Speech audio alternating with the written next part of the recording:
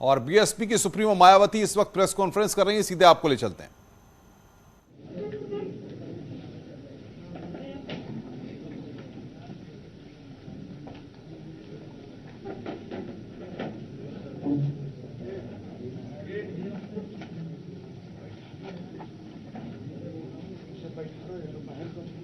Media बंधुओं,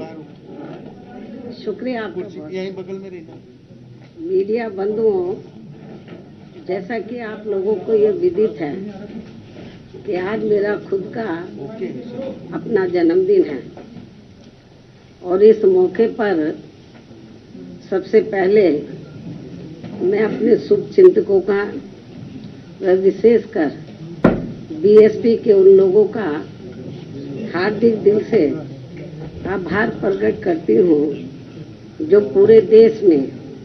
मेरे जन्मदिन को पिछले वर्ष की तरह इस बार भी कोरोना नियमों का पालन करते हुए तथा अपने महान संतों, गुरुओं व महापुरुषों में भी खासकर महात्मा ज्योतिबा फूले, छत्रपति शाहू जी महाराज, नारायण गुरु, बाबा साहब डॉक्टर भीमराव अंबेडकर एवं मान्यवर श्री कांशीराम जी आदि की मानवतावादी सोच व उनकी मूवमेंट को ध्यान में रखकर जिनके बताए हुए रास्तों पर चलकर ही मैंने उनकी सोच व मूवमेंट को अर्थात इनके अनुयायी आज पूरे देश में मेरे जन्मदिन को जन कल्याणकारी दिवस के रूप में बहुत ही सादगी व संजीदगी के साथ मना रहे हैं, जिसके तहत चलकर ही मेरे जन्मदिन के मौके पर हर वर्ष बीएसपी के लोग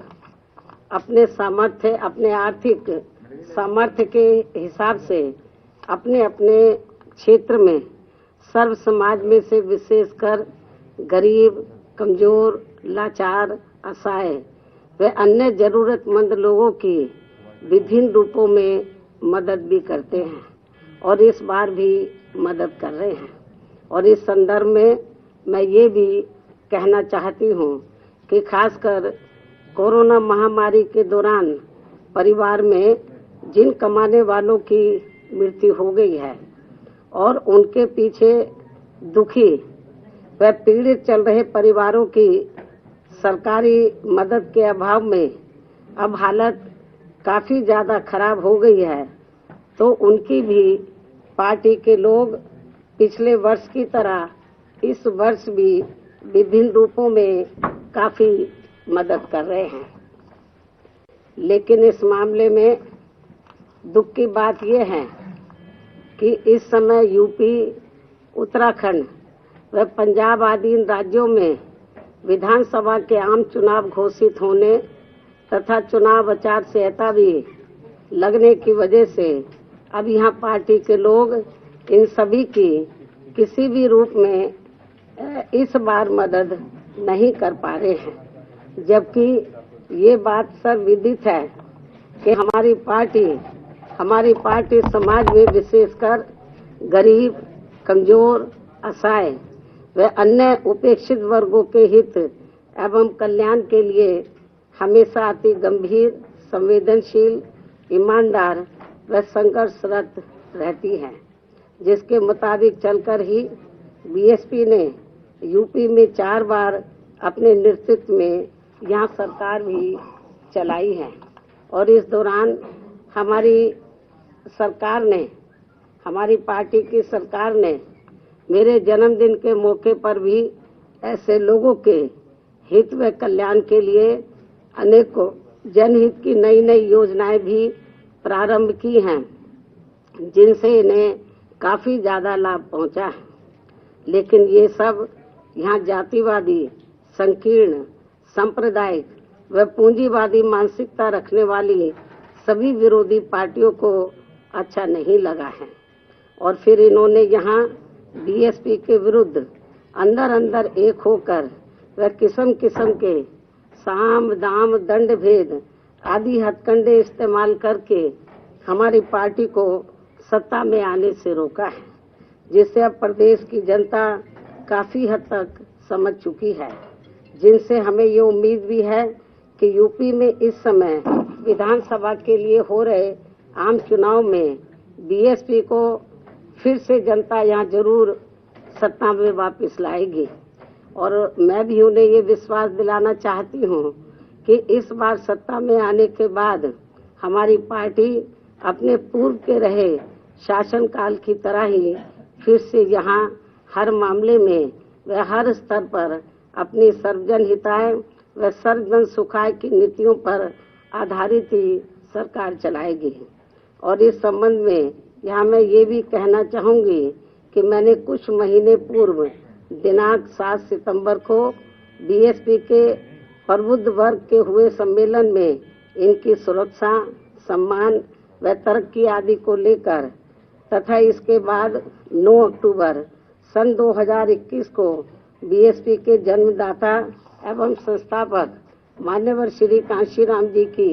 पुण्यतिथि के मौके पर भी लाखों की संख्या में लखनऊ में आए हुए लोगों को संबोधित करते हुए प्रदेश की बिगड़ी हुई कानून व्यवस्था को सुधारने तथा यहाँ दलितों, आदिवासियों, पिछड़े वर्गों, मुस्लिम व अन्य धार्मिक अल्पसंख्यक समाज के लोगों के साथ साथ गरीबों, मजदूरों, बेरोजगारों, नौजवानों, किसानों, व्यापारियों, कर्मचारियों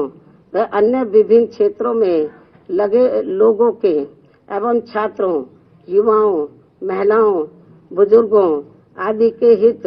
व कल्याण आदि के संबंध में जो कुछ भी जरूरी बातें कही हैं, तो उन पर फिर हमारी पार्टी की सरकार बनने पर पूरी ईमानदारी व निष्ठा से अमल किया जाएगा। वैसे भी आज देश की असली चिंता परम पूज्य बाबा साहब डॉक्टर भीमराव अंबेडकर के मानवतावादी संविधान के हिसाब से चलकर देश की करोड़ों जनता को गरीबी, बेरोजगारी, महंगाई व तनावपूर्ण हिंसक वातावरण की दुर्दशा से निकालकर उन्हें कानून द्वारा, कानून के राज के माध्यम से सुख, शांति व स्थिरता पहुंचाने की है, जिसके अभाव में उनका जीवन काफी त्रस्त हो रहा है और ये लोग फिर से गुलाम व लाचार बनते जा रहे हैं। और अब केवल यूपी को ही नहीं बल्कि पूरे देश को भी ये यकीन हो चला है कि यहाँ उत्तर प्रदेश, उत्तराखंड व पंजाब आदि राज्यों में हो रहे विधानसभा चुनावों के परिणाम आने के बाद देश में परिस्थिति जरूर बदलेगी और आम जनहित में कुछ जरूर बेहतर होगा। इस प्रकार काफी लंबी प्रतीक्षा के बाद अब नया साल सन 2022 यहाँ उम्मीदों की ऐसी नई किरण लेकर आ रहा है जिससे आम जनहित का भला होने की काफी प्रबल उम्मीद भी है। इस विश्वास के साथ ही अब मैं हर वर्ष की तरह इस वर्ष भी अपने जन्मदिन के शुभ अवसर पर मेरे खुद के द्वारा लिखित पुस्तक मेरे संघर्षमय जीवन एवं बीएसपी मूवमेंट का सफरनामा का हिंदी व अंग्रेजी संस्करण का भी जो मुख्य तौर पर एक वर्ष के दौरान का पार्टी व मूवमेंट के कार्यकलापों व संघर्षों आदि का साफ सुथरा लेखा जोखा होता है, उसे आज जारी किया जाता है। इसलिए ये पुस्तक खासकर वर्तमान में युवा पीढ़ी व आगे आने वाली पीढ़ी के लिए भी काफी प्रेरणादायक साबित होगी, ताकि मान्यवर श्री कांशीराम जी के नेतृत्व में उनकी त्याग, तपस्या व कठोर मेहनत से बनी बीएसपी की अम्बेडकरवादी व मानवतावादी मूवमेंट हमेशा आगे ही बढ़ती रहे और फिर उनकी ये मूवमेंट कभी भी आगे न रुके। और अब मैं इस प्रेरणादायी पुस्तक का विमोचन करूं, लेकिन इससे पहले आज मैं अपने जन्मदिन के मौके पर खासकर यूपी, उत्तराखंड व पंजाब में अपनी पार्टी के लोगों से ये भी अनुरोध करती हूँ कि पार्टी के जो लोग यहाँ चुनाव आचार संहिता लगने की वजह से इस बार मेरा जन्मदिन अपने अपने घरों में ही रहकर मना रहे हैं, वे कोरोना नियमों व चुनाव आचार संहिता का भी पालन करते हुए अपनी पार्टी के उम्मीदवारों को जिताने के लिए रात दिन खूब मेहनत करें और उन्हें भारी वोटों के अंतर से भी जरूर जिताएं। और यदि ऐसा हो जाता है और यहाँ सन 2007 की तरह फिर से बीएसपी की अकेले ही अपनी पूर्ण बहुमत की सरकार बन जाती है, तो फिर यही इस बार मेरे जन्मदिन के लिए इनका ये खास व अत्यंत कीमती तोहफा भी होगा। लेकिन मुझे ये तोहफा देने के लिए पार्टी के लोगों को वोट पड़ने तक यहाँ यूपी, उत्तराखंड व पंजाब प्रदेश में भी विरोधी पार्टियों के सभी साम, दाम, दंड भेद आदि हथकंडों से जरूर सावधान रहना है। जैसे अब इस चुनाव में खासकर जातिवादी व बीएसपी विरोधी मीडिया को बीएसपी की मुखिया के विरुद्ध कुछ खास मुद्दे बोलने के लिए नहीं मिल रहे हैं, तो अब ये लोग आए दिन मेरे चुनाव न लड़ने को भी लेकर जानबूझकर षड्यंत्र के तहत इसे भी आए दिन उछालते रहते हैं और इसकी आड़ में जनता को मेरे बारे में ऐसा इम्प्रेशन भी देते हैं जैसे मैंने कभी कोई चुनाव ही नहीं लड़ा है, जबकि इनको ये मालूम होना चाहिए कि मैंने 4 बार लोकसभा की व 3 बार राज्यसभा की भी जबकि मैं 4 बार लोकसभा की और 3 बार राज्यसभा की भी सांसद रह चुकी हूँ, सदस्य रह चुकी हूँ। इसके अलावा 2 बार यूपी विधानसभा में व 2 बार यूपी विधान परिषद की भी सदस्य रह चुकी हूँ। और इस संबंध में यहाँ मैं ये भी कहना चाहती हूँ कि जब तक बीएसपी के जन्मदाता एवं संस्थापक मान्यवर श्री कांशीराम जी स्वास्थ्य के मामले में ठीक हालत में चलते रहे, तो तब तक वे सभी चुनावों को काफी हद तक खुद ही संभाल लेते थे और उस समय में अधिकांश चुनाव लड़ती थी और ज्यादातर चुनाव जीत कर भी आती थी। लेकिन इनके काफी लंबे अरसे तक बीमार रहने व उनके देहांत होने के बाद फिर पार्टी की मेरे कंधों के ऊपर पूरी जिम्मेवारी आ गई। तो ऐसे में मैंने अपनी पार्टी व मूवमेंट के हित में सीधा चुनाव लड़ने की बजाय फिर पार्टी के उम्मीदवारों को ही जिताना जरूरी समझा है। और वैसे भी हमारे कानून में ये व्यवस्था बनी है कि बिना लोकसभा का सीधा चुनाव लड़े भी राज्यसभा में जाकर कोई भी योग्य व्यक्ति देश का प्रधानमंत्री व केंद्रीय मंत्री आदि भी बन सकता है तथा इसी प्रकार विधान परिषद में भी जाकर कोई भी योग्य व्यक्ति किसी भी स्टेट का मुख्यमंत्री आदि भी बन सकता है जहां पर विधान परिषद की व्यवस्था है। इसलिए यूपी में बीएसपी की सरकार बनने पर मैं पार्टी व मूवमेंट के हित में सीधा चुनाव न लड़के व अप्रत्यक्ष रूप से चुनाव जीतकर भी यूपी प्रदेश की बागडोर संभाल सकती हूँ, जिसकी इस समय काफी सख्त जरूरत भी है। इसके अलावा खिसियानी बिल्ली खंबा नोचे की तरह विरोधी पार्टियां व जातिवादी मीडिया भी मेरे क्षेत्र में न जाने को भी लेकर आए दिन किस्म किस्म की तथ्यहीन व बेबुनियादी बातें करते रहते हैं, जिसका जवाब मैं 1 जनवरी को मीडिया को भी दे चुकी हूँ। उसे मैं फिर से दोहराना नहीं चाहती हूँ। वैसे भी मुझे पूरा भरोसा है कि इस बार चुनाव में बीएसपी सन 2007 की तरह फिर से यूपी की सत्ता में जरूर वापस लौटेगी और तब फिर पूर्व की तरह इस बार भी यहाँ सर्वे एजेंसियों का ओपिनियन पोल व सर्वे आदि धरा का धरा रह जाएगा। इतना ही नहीं बल्कि अब यहाँ आकाश आनंद को भी चुनाव लड़ने या ना लड़ने की भी बातें करते रहते हैं, जबकि अभी वह राजनीति में धीरे धीरे अपने आप को काफी तैयार व परिपक्व भी कर रहा है और इसके साथ ही मेरे चुनावी राज्यों में ज्यादा व्यस्त होने की वजह से अब वह मेरे दिशा निर्देशन में उन राज्यों में जहां चुनाव नहीं हो रहे हैं वहां पार्टी के जनाधार को भी बढ़ाने में पूरे जी जान से लगा है और फिर उचित समय पर ही इनको व पार्टी के अन्य नौजवानों को भी सीधा व अप्रत्यक्ष रूप में चुनाव लड़ने का भी मौका जरूर दिया जाएगा, जो ये सभी मेरे बीएसपी परिवार के ही लोग हैं। लेकिन इसे भी मेरे से सीधा जोड़ लिया जाता है,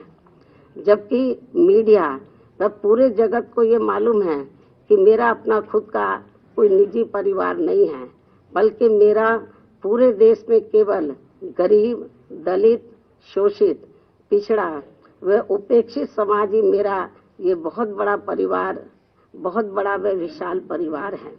और इस परिवार में आकाश आनंद की तरह पूरे देश में करोड़ों भाइयों के लड़के व लड़कियां भी मेरे भतीजे व भतीजियां हैं, जिनके माँ बाप शुरू से ही मुझे पूरे आदर सम्मान से आदरणीय बहन जी ही कहकर पुकारते हैं, और अब उनके बच्चे भी बड़े होकर मुझे ज्यादातर बहन जी ही कहकर पुकारते हैं,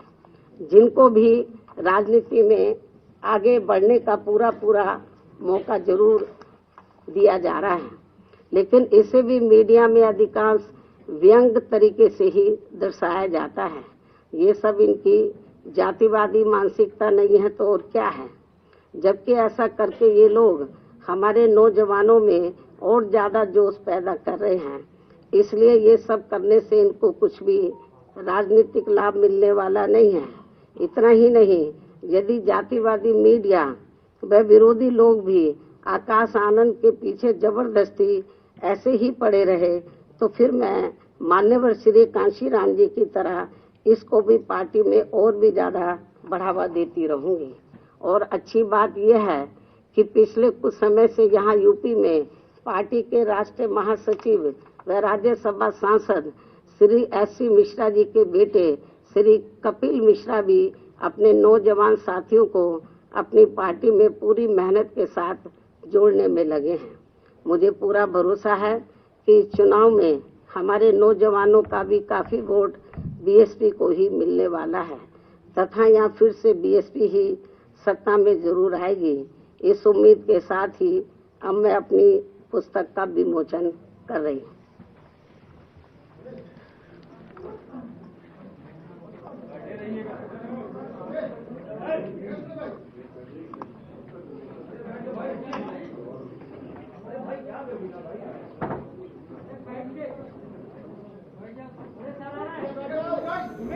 तो बीएसपी के अध्यक्ष मायावती यहां पर अपनी पुस्तक का विमोचन कर रही हैं। तमाम बातों का जिक्र उन्होंने अपनी प्रेस कॉन्फ्रेंस में किया। उन्होंने कहा मेरे चुनाव नहीं लड़ने की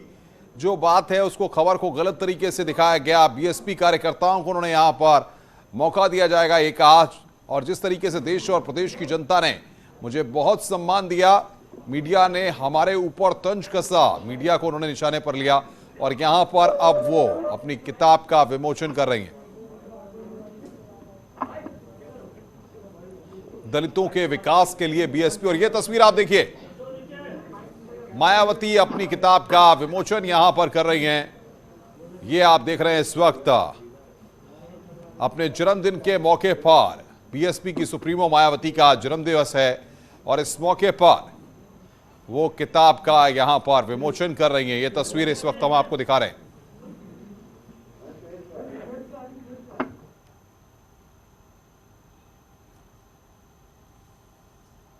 और बड़ी खबर आ रही है, वाराणसी के कार्यकर्ताओं से बातचीत करेंगे पीएम मोदी। 18 जनवरी को सुबह 11 बजे चर्चा करेंगे। वाराणसी के कार्यकर्ताओं से प्रधानमंत्री नरेंद्र मोदी संवाद करेंगे। ये बड़ी खबर इस वक्त आ रही है। काशी के कार्यकर्ताओं से प्रधानमंत्री 18 तारीख को संवाद करेंगे। 11 बजे संवाद का कार्यक्रम रखा गया है।